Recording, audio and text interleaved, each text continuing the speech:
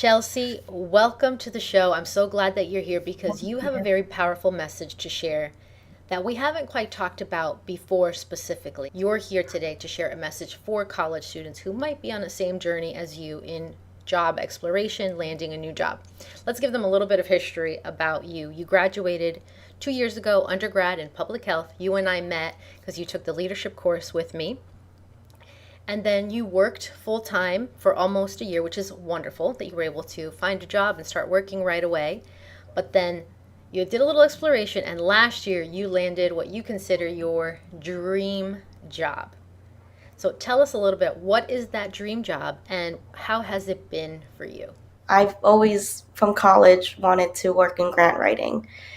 Grant Yes, writing, I do remember you talking about that even yes, undergrad, Chelsea, which is impressive that you were able to keep that thread going all the way because not everyone is as lucky to know in college what they want to do. So awesome that you were able to find that. absolutely. And in like this, in the realm of public health as well, because that was what I got my undergrad in public health. And grant writing is versatile, but I wanted to hone in on the public health aspect. So it was amazing, really, to during my job, I kept applying to new positions. I wanted to see, can I still make my way back up to where I wanted to be working in, which is public health, grant writing, and in a nonprofit specifically, or a hospital. But I wanted to see what I could get, so I kept sending out my applications. Well, in April 2020, I finally did find that position. It was a grants manager for a medium-sized nonprofit, and in my role, I was in charge of coordinating federal, state, community-based grants. And through coming from college and having a job in the interim and then starting this position, it was definitely a big jump. And when you say it was a big jump, do you mean it was a big jump for you personally? Was it a matter of responsibility changes? Were you adjusting to a new team? Let me ask you this. What were some of the challenges, the things that were more difficult in your dream job than Mhm. in your position prior to that? The biggest thing was learning how to be independent in a sense that my job is now my job. It's still a team effort, but it's not like I'm working with someone who's doing the same thing as me. It became a shift of this is my role and I do it myself, I review it myself, and then it moves on to the next level, as opposed to in the past having the support of a team based sort of Mm. setting. I was now my own department. Because it's a small organization, my role was its own silo. And so it became my own. And that's like the big jump I'm referring to. I I don't went mean from, to I don't mean to oversimplify this, but would you say it was like taking off the training wheels and now riding solo? Is it something like that? it's, yes, I would say that. What did you get from learning experiences in college, that training, the internship and other work experiences, or even from your classes? And what do you wish you had gotten that you realized you needed, but not until you were in the role? I think internships prepared me for the actual content of the job. So it's the standard skeleton. It taught me the steps, it taught me the process. But what you don't learn in the internship itself is what it's like to do it when you don't have your supervisor.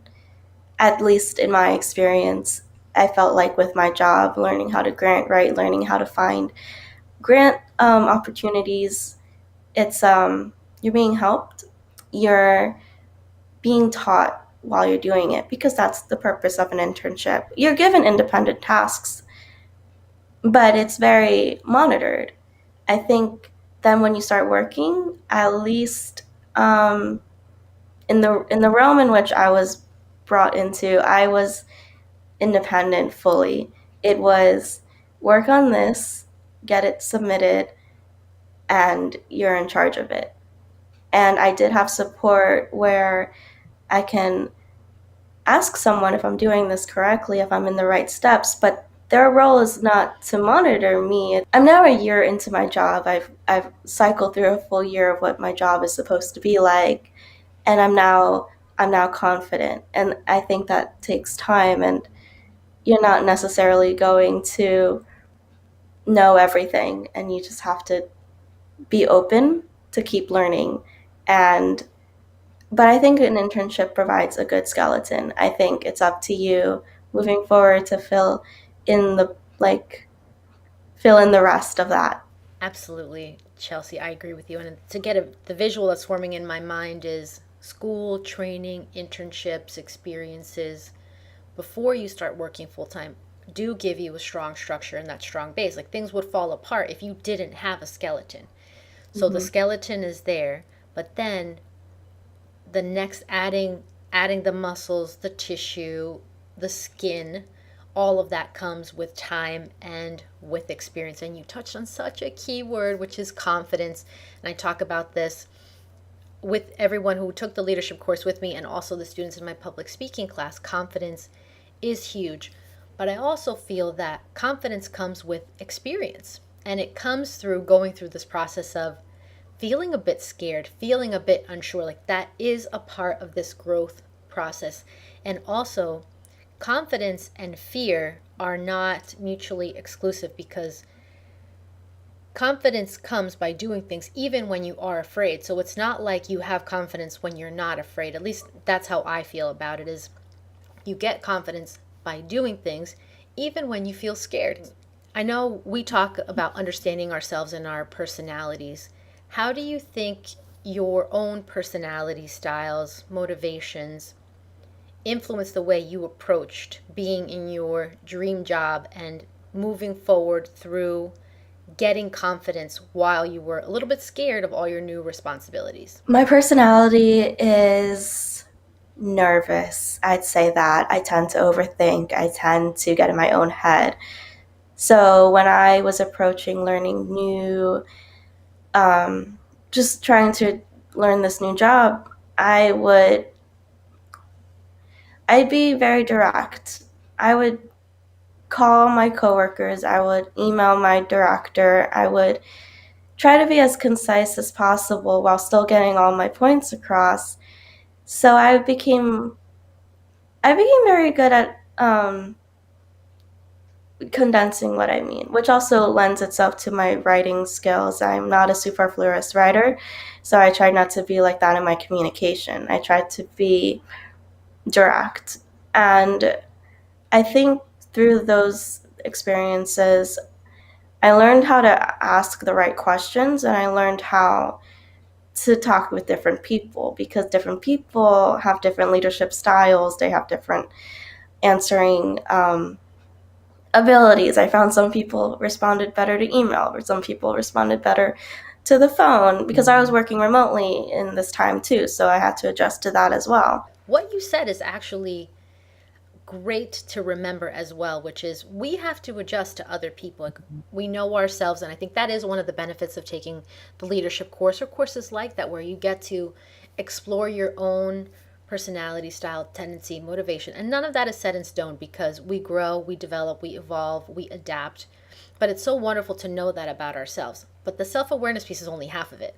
We then have to see, how does my way connect with your way, with my boss's way, with my peers' way, with my family's way, because it's the relationship, right? It's not just one-sided. So I love knowing that you did just that. So if you could sum up your message in a sentence for people, what is it that you want them to take away from your time today?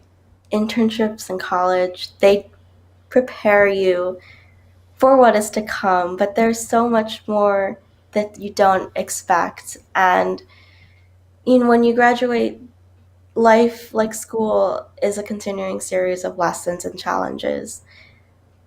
Embrace it and don't be afraid. I agree with you, and it's easy to say on the other end, but it's hard to experience. And I think the main message for everybody that's listening, whether you're still an undergraduate or you're now in your full-time position feeling like how Chelsea was, like, I'm getting all this great advice from people that mean really well, but I'm not really hearing from my peers. Here she is, she's one of your peers, and she's telling you that even if you're afraid, things will move forward, right? You have the ability to learn. And also, even though you do have a lot of autonomy and decision making at work, it's not like we can't ever make mistakes. Like, we're still human beings. So for you, and I know it's only been a little over a year that you've been in your dream job, but what are some of the tremendous benefits that have come from it for you that you would say, like, wow, these things are a direct result of my work? Getting our funding. It's weird to say, like, as I, in my position, I work very closely with our direct leadership. So I'm in those meetings where we talk about our funding. I'm in those big meetings with executive directors and senior director levels because I'm the one directly responsible for submitting what is being discussed in this room. And so for me to be part of an experience like that is super gratifying, super validating, and important. I feel like the work I do is important. The funding I secure directly affects real people in our communities.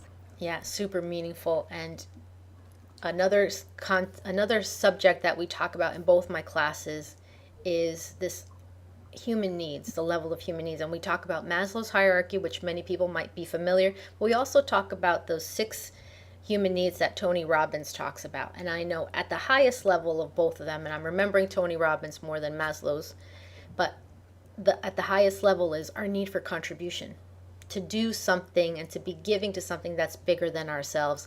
And for you, that's what your grant writing gives you. You are contributing to the community, securing funding, allowing things to move forward because of your hard work. And you shared your big message. Now, if you had to put your message on a t-shirt, so you only have a few words to say, what would your message to listeners be? Embrace the challenges and don't be afraid. I love that, especially the part about embracing the challenges, because it's very easy to be like, challenges, no, I don't want them. But that's how we grow. And another thing that's super important to me that you'll remember from class is self-care. How we're taking care of ourselves no matter how old we are. What is something that you've done recently for yourself to take really good care of you and have a little bit of fun and enjoyment in your own life? Every day, and I've been doing this since COVID even, every day I find something to be happy about and I just remember it. It's like at the end of the day, I think of like 3 good things that happened and then I talk about that with my friends and family. And I think if you can do that as well, I'm a very big share with other people what has happened with me today and to hear from them what they think about that. It's like getting to then experience my joys with other people. That is super cool. My brother actually does something with his sons, his family. They do highs and lows for the day. That made me think of it when you said your top 3. And my brother will ask in his family and share his own, what were today's highs and what were today's lows? Even just one, like what's a high, what's a low, so that the conversation is open to talk about the great things, the wonderful things, and also some of the challenges and the difficult things. And my last question for you, if you could go back in time and talk to 18-year-old Chelsea, what would you say? Now, the key is you only have 15 seconds. So what do you say to your 18-year-old self in a very short amount of time? To do more. I think my past self was so afraid of new things, and now I'm constantly doing new things. So, okay, 18-year-old Chelsea, don't be afraid to apply for that job. Don't be afraid to go to that event. Don't say no to this experience because you will benefit and learn from it. That's what I would say to myself. Chelsea, I appreciate your time so much, and I thank you for coming on the show and sharing a message. And hopefully, even if it touches one life, if one other student like you is moved and struck by your words, I'm thrilled to be a part of this. Me too. Thank you so much for having me.